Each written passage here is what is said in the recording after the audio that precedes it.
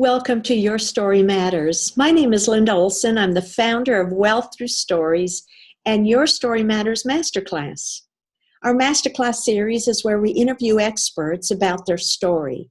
Our next expert is George Verdolaga. George is an Amazon best-selling author of several books, TEDx speaker, and trainer for first-time authors. Have you ever noticed how most people wander through life until a crisis hits? George observed what happened with the 2008 crisis. It then became the stepping stone that catapulted him into using his gift of writing and training others. Welcome, George, to Your Story Matters. Well, thank you, Linda. Glad to be here. Oh, thank you. It's great having you. I'm excited to share with our listeners how you got started with what you're doing. So tell us a little bit about what you're doing, how you got started, and basically your story. Well, it was purely by accident, as most of the things that have happened throughout my life. I was running a different business. I have a background in interior design, and I was doing fairly well. And then as I was doing my business, the global economy collapsed. So 2008 recession happened. And as I was doing my business, I saw a lot of people working for 20 to 30 years in the same company lose their job and then not be able to pick themselves up and get back to work. So I thought, wow, I think I want to do something about it, because I definitely knew something that they didn't know, which was that to promote yourself, to be able to get work, you have to think like a business owner, like an entrepreneur. And clearly, as clueless entrepreneurs, they thought sending flyers out, essentially hundreds of resumes, was going to work. And when you think about it, what do you do with the flyers that land in your mailbox? You throw them out. And I'm like, well, if you're sending out flyers to people you don't know, and it's the wrong target audience or market, obviously you're not going to get work. So they were doing, classic sales and marketing missteps. And I thought, I need to fix this. I really wanted to do something because I was good at marketing myself. So I wrote my first book called The Contractor Lifestyle, which was, I showed people how to have a job for life by thinking like a business owner or a contractor, essentially, who are solopreneurs, right? I quickly followed that up with something called The Job Farmer, to show people how they could, again, have contracts, jobs, business for life by surrounding themselves with all kinds of partners, personal, business, that kind of thing, because, we're all in this together. And to get work, you need someone to interview you. To get that interview, you need probably 10 or 20 interviews to get that one interview. People, fail to remember the law of numbers. So by the time I decided to write my third book, which was about leadership, which is the Maverick Effect, I saw that, I've got a formula for writing a book. Because when I wrote the Maverick Effect, I essentially wrote 90,000 words in 5 weeks. Wow. Yeah. For my first draft. So I said, okay, I'm not doing anything special here. I just follow a process. And I said, maybe I should. A number of people said, well, why don't you document your process and teach it to people? I said, yeah, I should be doing that. So that's what gave birth to Author Success Formula. And that's what I do now. I help people write their books, share their stories, so that they can create this huge transformation in the world around them. And of course, in their own lives. Because if you are a huge thought leader, influencer, guess what? You get paid 6, 7 figures. There you go. So it's always interesting to me to hear the journey of how someone got to, where they are today. And obviously that's been an exciting journey for you. And it's interesting because when we take one step, it's the next one unfolds. And we don't all see it at the beginning, but just like you saw by your third book, the pattern of what you were doing opened up a whole new world for you. So how exciting. What would you say would be the biggest, we're always in transition. So the biggest maybe pain point or transition point in this whole process? Of becoming like who I am right now, or Yes. writing a book, or becoming this different. Okay, so the transition for me was it's the same as when I look back at my life. It's always been the same. I always end up doing things that I never imagined what I was going to do. I always tell my plans to God, and He always laughs. It's like, okay, fine, yeah, right. This is what I actually am going to let you do. It's always been like that. So when I saw other people struggle, I said, I can't let this go on. And people were literally shooting themselves in the foot, sending flyer after flyer after flyer, and then wondering, why aren't I getting a call back? Because I said, well, because that's not how I would market myself. I would do it differently. So I'd tell them exactly what they needed to do. And they were like, oh my God, I've been doing it wrong. So when I saw that kind of reaction, I said, well, I need to document again the things that I do to get work, because I've looked for jobs in Milan, New York, Vancouver, Manila. I use the exact same formula, and it works everywhere.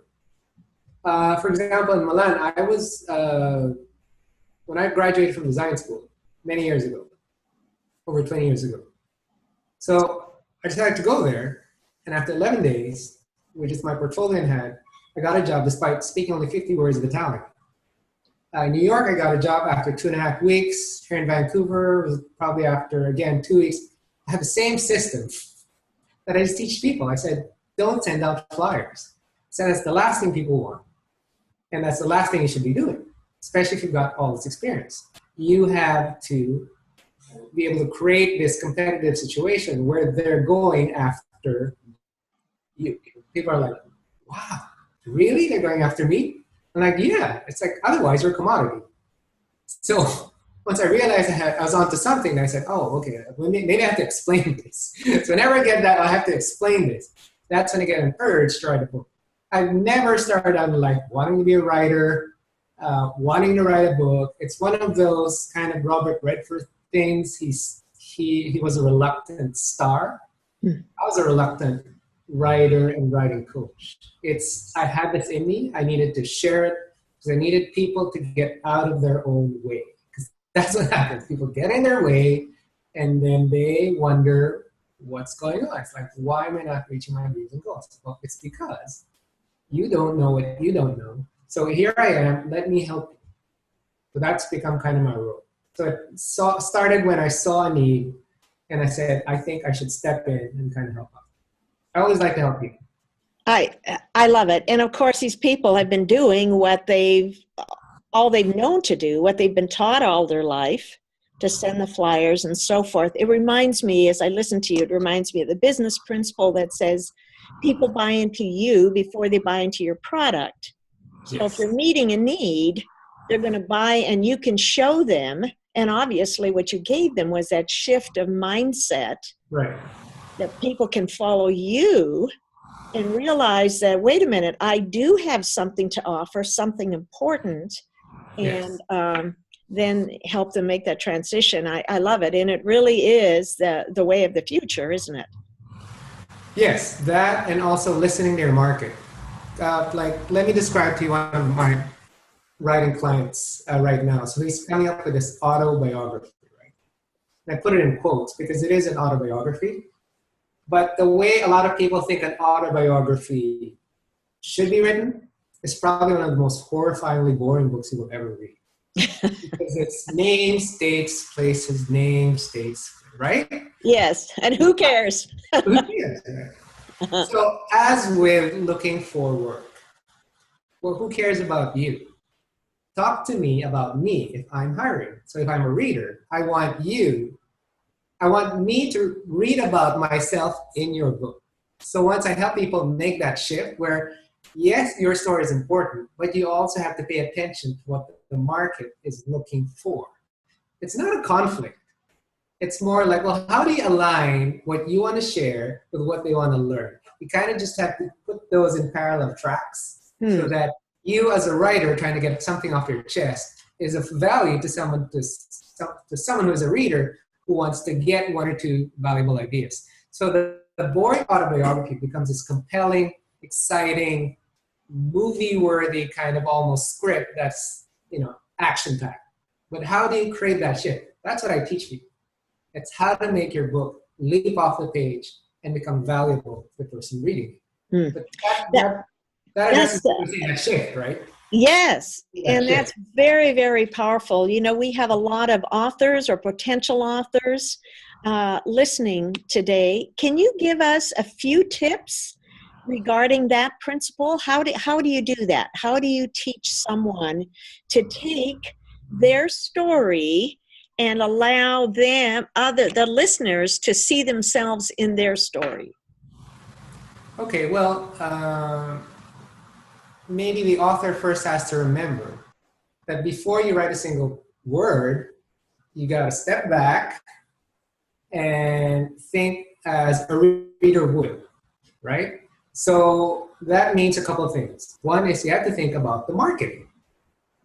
Yes. So, who are the readers of my book going to be? Are they going to be men, women? Are they going to be above 40, below 30? Right? And once you because we can't be everything to everyone, right? Because that's when you fail. When you try to be a chameleon that constantly wants your book to be everything to everyone, that's not possible. You have a built-in niche for your book, which is most likely people who are like you, who are undergoing the same kind of struggle or challenge. So once you have narrowed down your market, that's how you broaden your audience. It's ironic, but that's how it works. By drilling down, that's how you gain popularity. By being, this idiosyncratic author that flies their freak flag. Okay, I'm only going to write about people who want to lose weight, they're above 50, and they have osteoarthritis, or something like that, right? And that's how it kind of snowballs from there. Instead of, I'm going to write my health book for anyone that breathes, right? That's the worst way to start. Anyone can read my book. No. So you drill down, you narrow, and then you try and imagine, well, what would these people, want to get out of my book? So it's kind of the reverse way of looking at it. Instead of pouring your heart out first. Yes. It's kind of like ready, fire, aim. No, you should aim first before fire. Very good. No, right? That's great information. And then you can kind of massage the material a bit once you figure out what it is. Right? Well, I'm not asking you to kind of change everything. It's more like, well, target it to the person or people reading. So sorry, I interrupted. No, that's okay. Because you're right on. It's like, what are the problems here? You're bringing the solution, but you've got to identify the problems first. Yes, exactly. And, it is that whole shift of thinking, which is not the way it was done again traditionally. But if we're going to meet the needs, because the needs are so great today, and obviously the competition with writing, since anybody can self-publish today, is a lot greater than it's ever been. In fact, I'll give a second tip. It might be scary to a lot of aspiring writers. The concept of beta readers. 20 years ago, there was no such thing as a beta reader. What is a beta reader?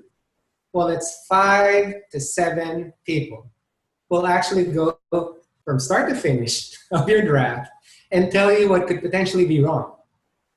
So some of the audience out there may have heard of test viewers, right? A director will show their movie to a test audience of 20, 30 people and then change the ending, right? So in the books, it is now exact same thing. So books now have to be market tested at the beginning and the end so that it has maximum impact. Because that feedback will tell you, okay, you kind of got lost here. Maybe you should try this.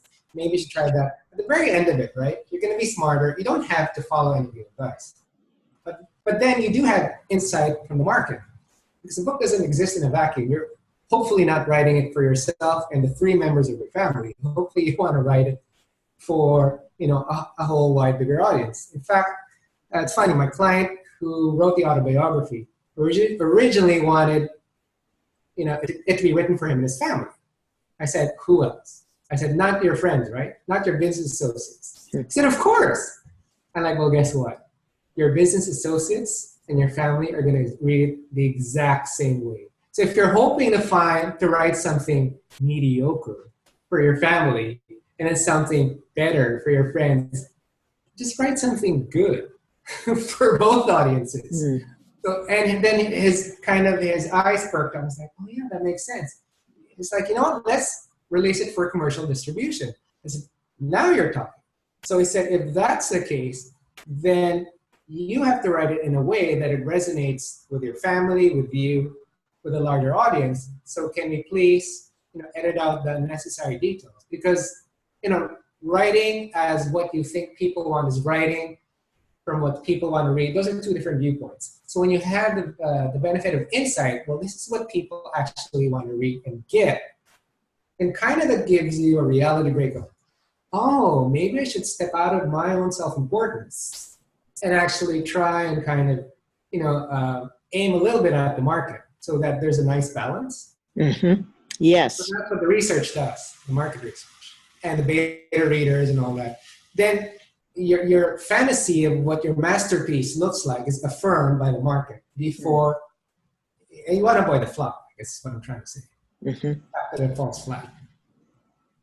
I love it. And obviously you're sharing a wealth of information.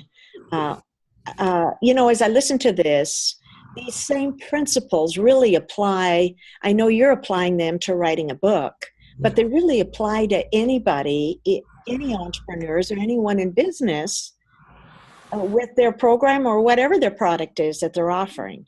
Yeah. Yes. I mean, think about it. I was just watching a movie last night, right, about this couple, La La Land, right? To me, the business of writing, friendship and writing books, personal and business to me is the same thing. So there was one scene there where he is asked, where he and the main character, Mia, have a fight, right? She said, well, do you like what you're doing? And he said, well, isn't this what you want? There to me is clearly a dissonance between what he wanted to do and his target audience, which is his girlfriend. He thought she wanted him to get a job in a band that he didn't really love because he needed to be a man and earn money. But she was going on about, well, you're earning money, but is it making you happy? Well, then he goes, well, I thought this is what you wanted. I said, well, to me, that's just a matter of communication breakdown. It's like whether it's, business audience or your spouse, you got to find out, well, is what I'm doing making you happy, or is it what I think is making you happy? Yes. What I think big difference. my audience wants is different what the audience actually wants. Yes. Right? And it's just a matter of picking up the phone or sending out an email blast and saying, hey, can you help me with this? I'm writing a book. I want to find out if I'm on the right track. Your friends are more than happy to help you. Yes, very much so. So George, what's your kind of a long-term goal for you? What's your dream? Where do you want to go with all of this? Well, you know what? I want people to not lead small lives. I want them to lead these huge, kind of movie-worthy, amazing lives that are worthy of sharing and writing in a book. But they have to be able to know what they're doing, and so other people get inspired to transform others. And for example, if they want to be a huge influencer and thought leader, they have to take that first big step. And I want to help them take those steps, because a lot of people, they say they lead desperate small lives, they're scared, and a lot of times it's just them not knowing what to do, right? So I want to help more people kind of reach their dream or their goal of becoming, successful and wealthy. Very good. So if there was a gold nugget, something that you just want to leave this audience with, what would it be? Okay, everyone's story is extraordinary. Whenever I help people write, their autobiography or a book that they want to give advice to other people, it never fails to amaze me what each and every person goes through. And we shouldn't minimize our own lives. In our own little way, we impact the lives of hundreds, thousands of other people. And we shouldn't be scared to, go out there and share that. and be the best person we can. And sometimes that involves hiring someone or enrolling in something to get to help us move forward. In fact, one of my clients, he's writing a book called The Einstein Effect. One of the sayings that a lot of people don't attribute to Einstein, don't remember Einstein saying is, what got you here won't get you there. Or the same problems that got us, we can't solve the same problems, the same level of ability that we have. In other words, if you want to get here, you need to train yourself to be a different person almost, because to be like a big CEO, well, you got to learn stuff, you got to make mistakes in order to be 10 times bigger. So if you want your life to be 10 or 100 times bigger, you have to invest in books, the best advice, the best coaches, courses. I have to spend tens of thousands of dollars, even though I know how to write, with other writing coaches, right? I can't decide I want to be 10 times better. It's going to happen tomorrow. I have to do something. And that involves putting my money where my mouth is. Very good. Unfortunately, right?